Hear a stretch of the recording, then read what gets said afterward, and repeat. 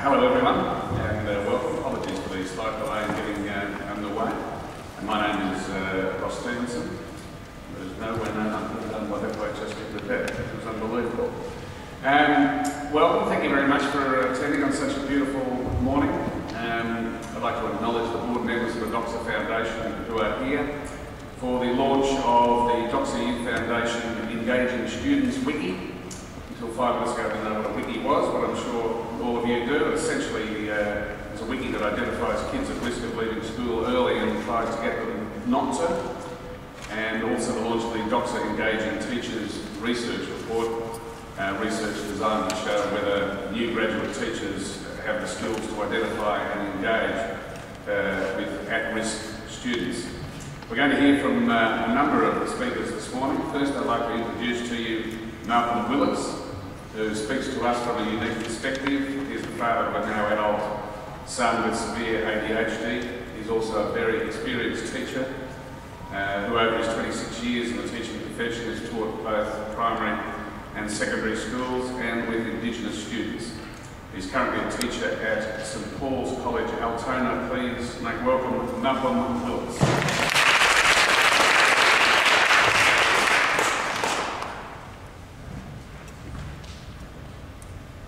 First public appearance to the glasses. But I feel very comfortable. Thank you, Ross, and as always I salute the Doxa Foundation and good morning to everyone. I feel very blessed to be standing here today speaking on behalf of our parents and educators. I do so with a warm heart, yet I have a quite little chuckle inside. I'll tell you why. Please be patient. I needed to invite my mother Joan, who's sitting at the back here today, because some 40 years ago, when I was in grade 2 and 3, teachers at my school referred to me as slow, limited in ability, and one even referred to me as dumb in a parent-teacher interview. Yet my mother, a wonderful parent, knew better. She could see my potential and was well aware of my strengths. Shortly after the dumb tag, I was diagnosed by professionals with semi-dyslexia. I think it's called mild dyslexia now. This was followed by an intensive reading program over 6 months, Saturday mornings, thanks Mum. Daily marching with very specific coordinated movements, so I should really be in the army now, not teaching. And a swimming regime that turned me into a fish. You can't see the scarring of the gills anymore, but all these things made a big difference, funnily enough. So at age 8, I was believed to be about 18 months behind my peer group in literacy. Some 12 months later, I was evaluated 10 months ahead of my peers. So, a mother who really knew her child, several experts, a couple of fantastic teachers in upper primary. They gave me a gift of self-belief and a hunger to be the best I could be. So my smile, my chuckle that I referred to is the acknowledgement of all those informed educators and caring members of my childhood support network. Teaching is an amazing profession, planting seeds in a young person's mind, watching it grow, flourish and blossom. Unfortunately, not all the plants thrive and many need additional watering and nurturing. The garden must be tended with an open mind, compassion, consistency, a sense of calmness and clear boundaries and justice. The Doxa Youth Foundation achieves this every single day in creating opportunities for disempowered young people. It is a tricky business.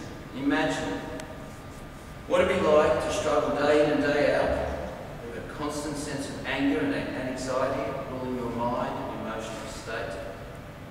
For such young people, their class companions as well and teachers, it must be like waiting for a ticking time bomb to go off. Not the ideal learning environment. Recently, I walked out of the cinema with my son, who has attention deficit hyperactive disorder, having just viewed Terminator 4. He struggles with sequencing information, and I'd say he'd still say he's pre-rational in his lot of his thinking.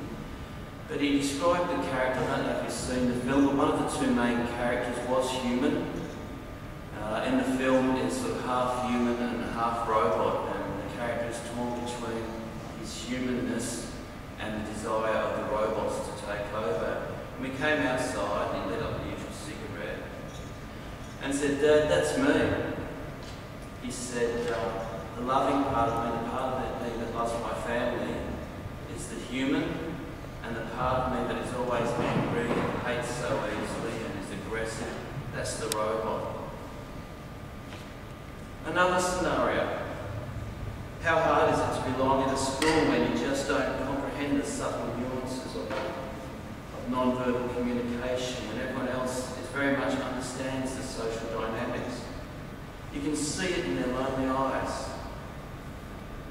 I just don't seem to belong anywhere. What about the Asperger's syndrome child? When the busy noises of the playground are so intimidating that they must hide in the darkest corner of the school library. Or, and I'll have to do this one, or they're lodged in between lockers, hiding from the world. Such unique young people can hold a classroom to ransom, detracting greatly from their own learning opportunities, impairing everyone's ability to learn in a cohesive and safe and positive classroom environment. This is reality. When we're talking about reactive attachment disorder, Asperger's syndrome, ADHD, dyslexia, oppositional defiant disorder, depression, and there's more, and you know them. These disengaged and disadvantaged kids are in every school and in many classrooms. But the equation is very simple. We need informed parents and empowered teachers. And that will equate to young people who believe they have a genuine place in society, no longer viewing themselves as outcasts. Doxa's report engaging teachers to engage students is a huge step forward. And we all know the size of the audience who travel through wiki on a daily basis.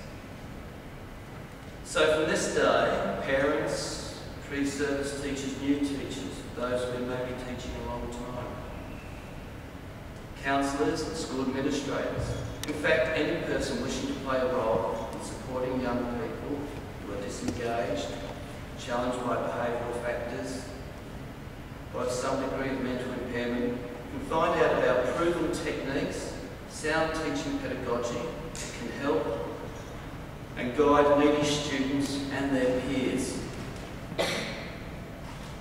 Such insights could include gaining a clearer understanding of structured choices in a classroom while the teacher still remains empowered. The need for our youth to experience consistency, predictability and positive regard.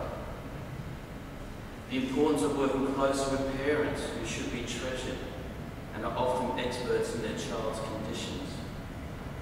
Flexible, fair assessment, relevant to multiple intelligences, testing skills and knowledge rather than their literacy level. Avoiding power struggles at all costs in the classroom and in the home environment. The significance of visual stimuli and physical activities. The modelling of appropriate social behaviour. All young people have the right to learn. It's a justice issue, and the Doxa Foundation are clearly leading the way. I really look forward